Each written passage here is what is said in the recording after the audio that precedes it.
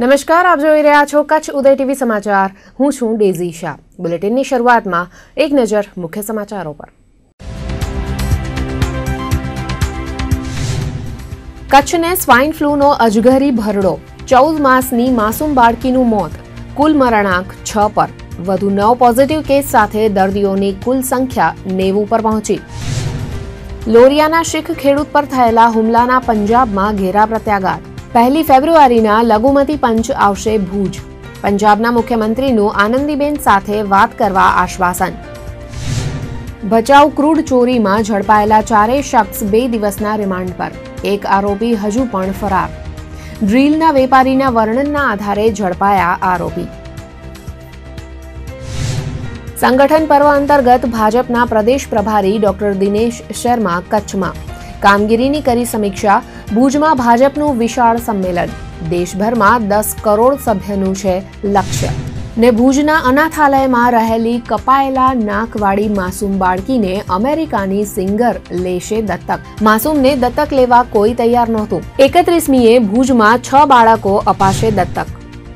સંકટમાં ફેરવાઈ ગયેલા સ્વાઇન ફ્લૂએ જિલ્લામાં એક 14 માસની માસૂમ બાળકીનો ભોગ લીધો છે. આજે સવારે 7:30 વાગે નખત્રાણાના ટોડિયા ગામની આ માસૂમ બાળકીએ ભુજની જીકે જનરલ હોસ્પિટલમાં અંતિમ શ્વાસ લીધો હતો. આ સાથે જ સ્વાઇન ફ્લૂની અત્યાર સુધીમાં થયેલા મરણનો આંક 6 પર પહોંચી ગયો છે, જેમાં પહેલીવાર માસૂમ બાળકીનું મોત થયું છે. છેલ્લા 3 દિવસમાં સ્વાઇન ફ્લૂથી 3 લોકોના જીવનદીપ બુઝાઈ ગયા છે. આ તરફ જિલ્લામાં આજે સ્વાઇન ફ્લૂના વધુ 9 પોઝિટિવ કેસ નોંધાયા છે, જેમાં 7 મહિલા અને 2 પુરુષ દર્દીનો સમાવેશ થાય છે. 9 પૈકી 5 કેસ ભુજ શહેરમાં નોંધાયા છે, જેમાં 4 અને 10 વર્ષના 2 બાળકોનો પણ સમાવેશ થાય છે. તો ગઢશીશા, અંજાર, ભચાઉના ભવાનીપર અને માધાપરના એક દર્દીનો રિપોર્ટ પણ પોઝિટિવ આવ્યો છે. આ સાથે જ સ્વાઇન ફ્લૂના કુલ દર્દીઓનો આંકડો 90 પર પહોંચ્યો છે.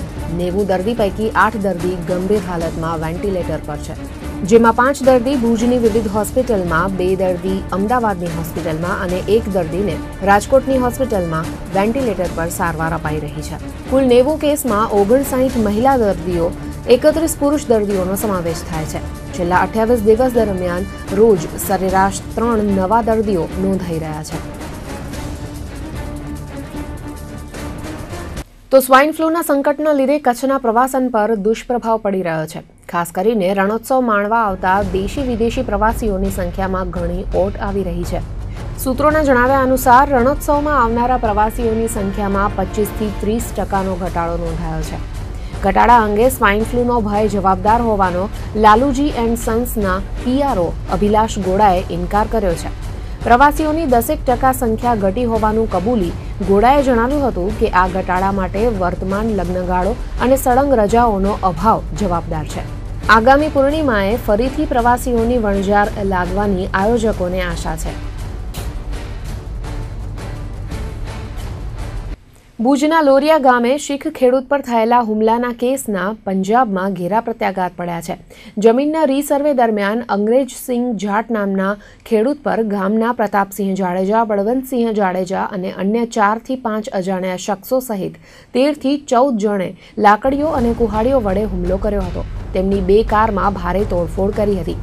આ ઘટના બાદ કચ્છમાં શીખ ખેડૂતોની સલામતી અને તેમની જમીન મિલકતના રક્ષણના મુદ્દે પંજાબ હરિયાણામાં ઘેરા પ્રત્યાઘાત પડ્યા છે. આ કેસમાં ભુજ બી ડિવિઝન પોલીસે હજુ સુધી એક પણ આરોપીની ધરપકડ કરી નથી. ત્યારે સમગ્ર ઘટનાની ગંભીરતાને લઈને રાષ્ટ્રીય લઘુમતી પંચના સદસ્ય અજાયબસિંહ જાટ મુલાકાત માટે ગુજરાત આવી રહ્યા છે. તેઓ 1 ફેબ્રુઆરીએ ગાંધીનગરમાં ચીફ સેક્રેટરી DJ પાંડિયન સાથે મુલાકાત કરશે. બાદમાં તેઓ ભુજ લોરિયાની મુલાકાત લેશે.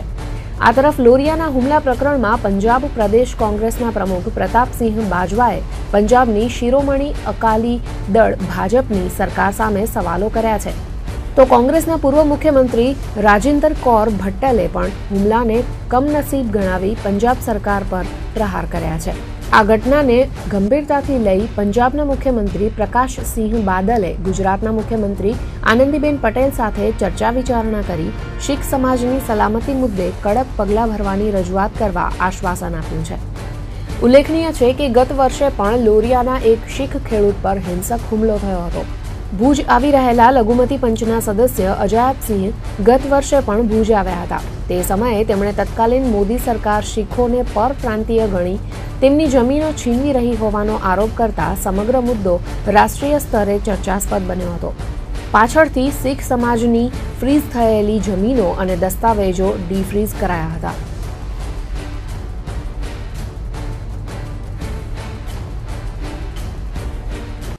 આગામી 3 ફેબ્રુઆરીએ ઉપરાષ્ટ્રપતિ હામિદ અંસારી કચ્છની 2 દિવસની મુલાકાતે આવી રહ્યા છે.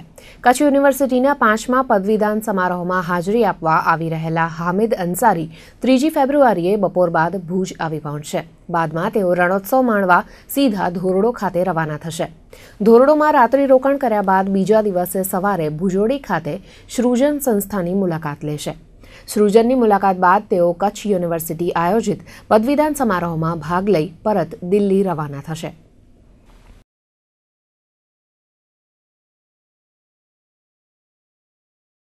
ભચાઉની ભાગોળથી પસાર થતી આઈઓસીની ક્રૂડ પાઇપલાઇનમાં ક્રૂડની ચોરીના ઈરાદે કાણું પાડનારા 4 શખ્સોના ભચાઉની કોર્ટે 2 દિવસના રિમાન્ડ મંજૂર કર્યા છે.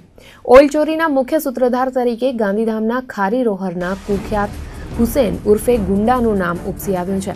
ઉલ્લેખનીય છે કે ગુંડાની દેશ વિરોધી પ્રવૃત્તિ અંગે કચ્છ ઉદયે અવારનવાર નિડરતાપૂર્વક અહેવાલો પ્રગટ કરેલા છે.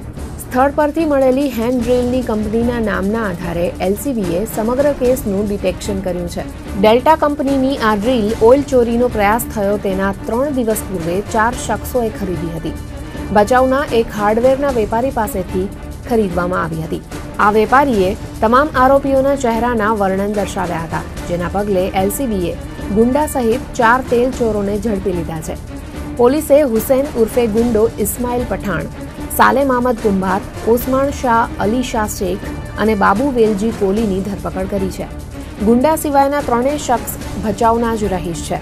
આ ષડયંત્રમાં ખારી રોહરમાં રહેતા અબ્બાસ ઉર્ફે અભા ઇસ્માઇલ ખારાની પણ સંડોવણી બહાર આવી છે. જો કે તે પોલીસના હાથ લાગ્યો નથી. ઉલ્લેખનીય છે કે ગત 19મી જાન્યુઆરીએ સમગ્ર ષડયંત્ર પ્રકાશમાં આવ્યું હતું. આરોપીઓએ મુન્દ્રા પાનીપત ક્રૂડ પાઇપલાઇનમાં ડ્રીલ વડે કાણું પાડતા 20 લાખ રૂપિયાનું 35,000 લીટર ક્રૂડ વહી ગયું હતું.